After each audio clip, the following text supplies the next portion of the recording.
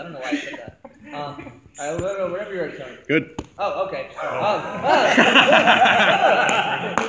All right, guys. So, if you had trouble with that last one, don't worry too much about it. We're going to kind of review it a little bit on Monday. And the reality is, that armbar is cool. You will catch people in it if you get good at it. It'll catch them off guard. But what's really critical about that armbar is what it gets them to do and how it sets up other things, which we'll talk about, again, more on Monday. But let's say you like the telephone armbar from Side Control and you want another way to get there. There's another path we can take. I would say that this first one we did is the least amount of commitment, but the least amount of reward. I.e., it's not going to finish as much as the second one if you get all your I's dotted and T's crossed. But if the first one fails, you don't really lose anything, and if the second one fails, you're going to lose a lot. So risk reward, right? So we're in Side Control. Same situation. This arm has ended up right over my head, right? So I'm going to, instead of reaching back and cupping the elbow, my official goal now is going to close off the space between his arm and my neck. Okay, so almost like I'm trying to like choke myself. Almost, yeah, like your arm triangle yourself, right? Okay, what I want here is that I don't want him to be able to slip his arm free. That's the critical factor, okay? What I want you guys to be thinking of as we adjust, and you'll sort of see me naturally doing this, but as I'm making the adjustments that I'll be making for this finish, I'm going to be climbing up his elbow, okay? So I have my Side Control, I have this. What I'm going to start with, to start making this happen, is I'm going to walk forward and get my elbows over him, right? So we're going to break a little bit of our own rules and put our weight way far forward. We're about to reinforce this in a second. What I'm going to do is my knee that's closest to his ribs is going to climb over and go to the mat. So at this point, it seems like I should be able to be re-rolled, but like, Jeremy, re-roll me, please. I'm actually pretty stable, okay? I can leverage off of his belly. Like, if I just stay here and do nothing, then sure, like, go ahead and roll me over. No, damn it. Right? Yeah, if I just do nothing. But, like,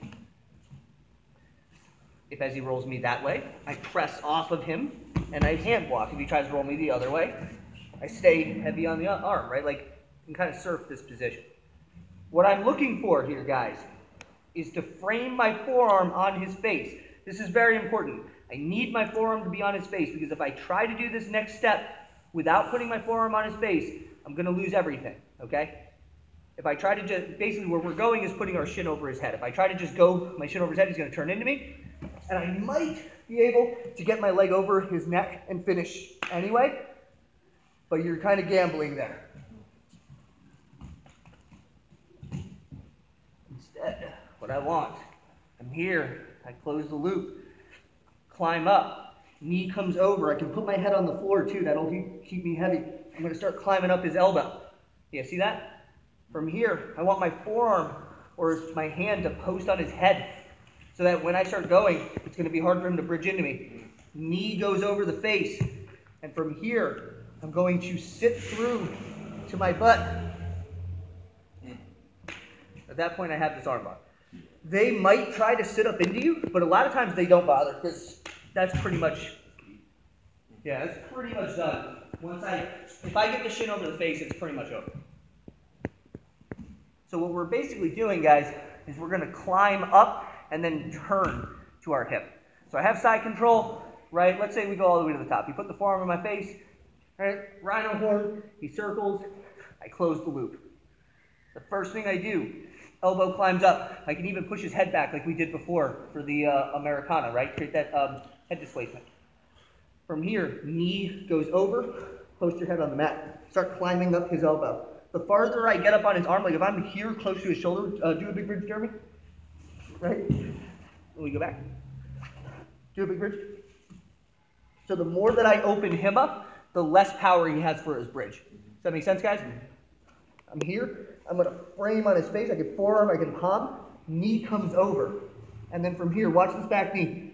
I'm going to slide in and sit. From here, I just crunch. You guys see I'm like listening to his wrist, I'm hugging outside of his elbow, and I'm just going to basically take my elbow and put it like a semicircle over my top hip.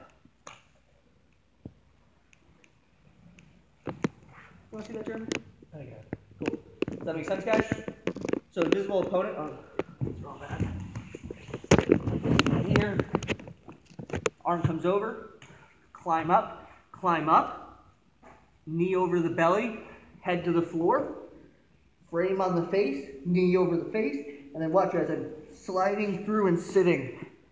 And then I'm just going to take this elbow like I'm going over. Like almost I want to take this elbow and touch my top hip for my finish. Does that make sense, guys? Excellent. Let's partner up, work it out. Let's get to it. 1, 2, 3.